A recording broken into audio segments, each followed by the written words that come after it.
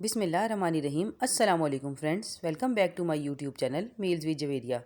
आज मैं आप लोगों के लिए लेकर आई हूँ शीर की एक मज़ेदार सी रेसिपी। ये आप ईद पे भी बना सकते हैं या किसी दावत के लिए भी, ये बहुत ही लाजवाब लगती है। ये रेसिपी बहुत ही झटपट बनकर तैयार हो जाती है। मैं इसे थोड़े से डिफरेंट स्टाइल से बनाती हूँ, तो चलिए चलकर देखते हैं कि मैं इसे कैसे तैयार करती हूँ। तो आपने वीडियो को बिल्कुल भी स्किप नहीं करना, एंड तक देखना है, क्योंकि ये रेसिपी बहुत ही शानदार होने वाली है। तो चलिए चलते हैं अपनी रेसिपी की तरफ। तो फ्रेंड्स, शीर तैयार करने के लिए सवैयाँ ली हैं मैंने एक पैकेट, ये बारीक सवैयाँ हैं।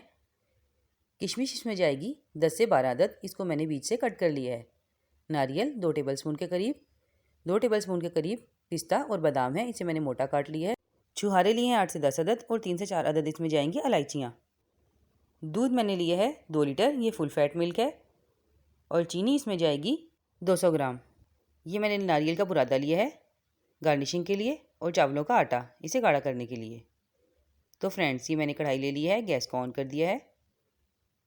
अब मैं इसमें ये दूध ऐड कर दूंगी। दूध वैसे उबला हुआ है, अब हम इसे थोड़ा सा पहले गरम कर लेंगे। और जैसे ही दूध गर्म होगा मैं इसमें ये इलायची ऐड कर दूंगी।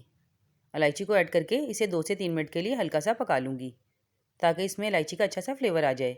और साथ ही मैं इसमें सवैयाँ ऐड कर दूँगी। सवैयों को मैंने अच्छे तरीके से तोड़ लिया है। अब मैं इन्हें 4 से 5 मिनट के लिए पका लूँगी, ताकि ये हाफ डन हो जाएँ। जैसे ही सवैयाँ थोड़ी गल जाएंगी मैं इसमें छुहारे ऐड कर दूँगी, और साथ ही मैं इसमें ये नारियल ऐड कर दूँगी।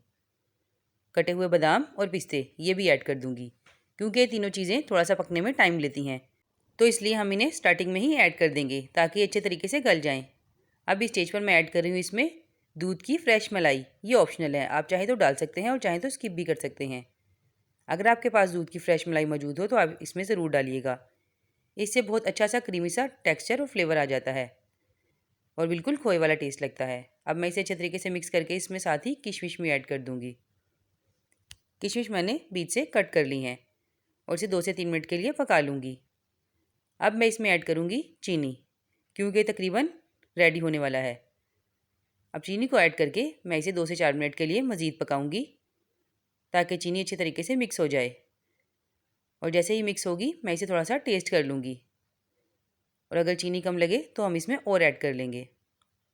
अब मैं इसमें ऐड कर रही हूँ चावलों का आटा। 2 टेबलस्पून चावलों के आटे को मैंने पानी में घोल लिया है, और मैं इसमें ऐड कर रही हूँ, ताकि इसमें एक अच्छा सा गाढ़ापन आ जाए। आपने चावलों का आटा डालते हुए इसे मुसलसल हिलाते जाना है, ताकि कहीं ये नीचे लग ना जाए। तो ये देखिए फ्रेंड्स, ये बनकर तैयार हो गया है। और आप इसकी कंसिस्टेंसी देखिए, ना ये बहुत गाढ़ा है और ना ही बहुत पतला। हमें ये ऐसा ही चाहिए, क्योंकि ठंडा होने के बाद भी थोड़ा सा गाढ़ा हो जाएगा। चलिए अब हम इसे डिश आउट कर लेते हैं। तो ये देखिए फ्रेंड्स, मैंने एक बड़ा सा बाउल ले लिया है, और अब मैं ये सारा शीर इसमें डाल दूँगी। आप देख सकते हैं कि ये थोड़ा सा गाढ़ा हो गया है। जैसे जैसे ये ठंडा होता जाएगा ये मज़ीद गाढ़ा होता जाएगा। आप चाहे तो चावलों का आटा स्किप भी कर सकते हैं, लेकिन उससे इसमें खीर का सा टेस्ट भी आ जाता है। तो ये शीर मैं अपने स्टाइल से बनाती हूँ, और घर में सभी लोग बहुत पसंद करते हैं। ये तकरीबन शीर खुरमा जैसा ही होता है, मगर मैं इसमें सवैयों को फ्राई नहीं करती, क्योंकि ठंडा होने के बाद इसमें थोड़ा सा जो ऑयल का टेस्ट होता है वो मुझे अच्छा नहीं लगता। इसलिए मैं इसे बगैर सवैयाँ फ्राई किए ही बनाती हूँ। ऐसे भी ये बहुत ही लाजवाब और मज़ेदार बनता है।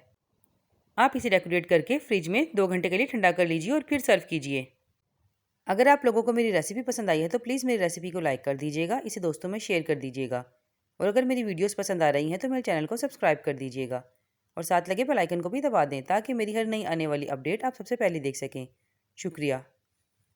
तो फ्रेंड्स, ये थी मेरी आज की मज़ेदार सी शीर की रेसिपी। उम्मीद करती हूँ आप लोगों को बहुत पसंद आई होगी। फिर मिलूँगी आपसे एक ऐसी ही मज़ेदार रेसिपी के साथ।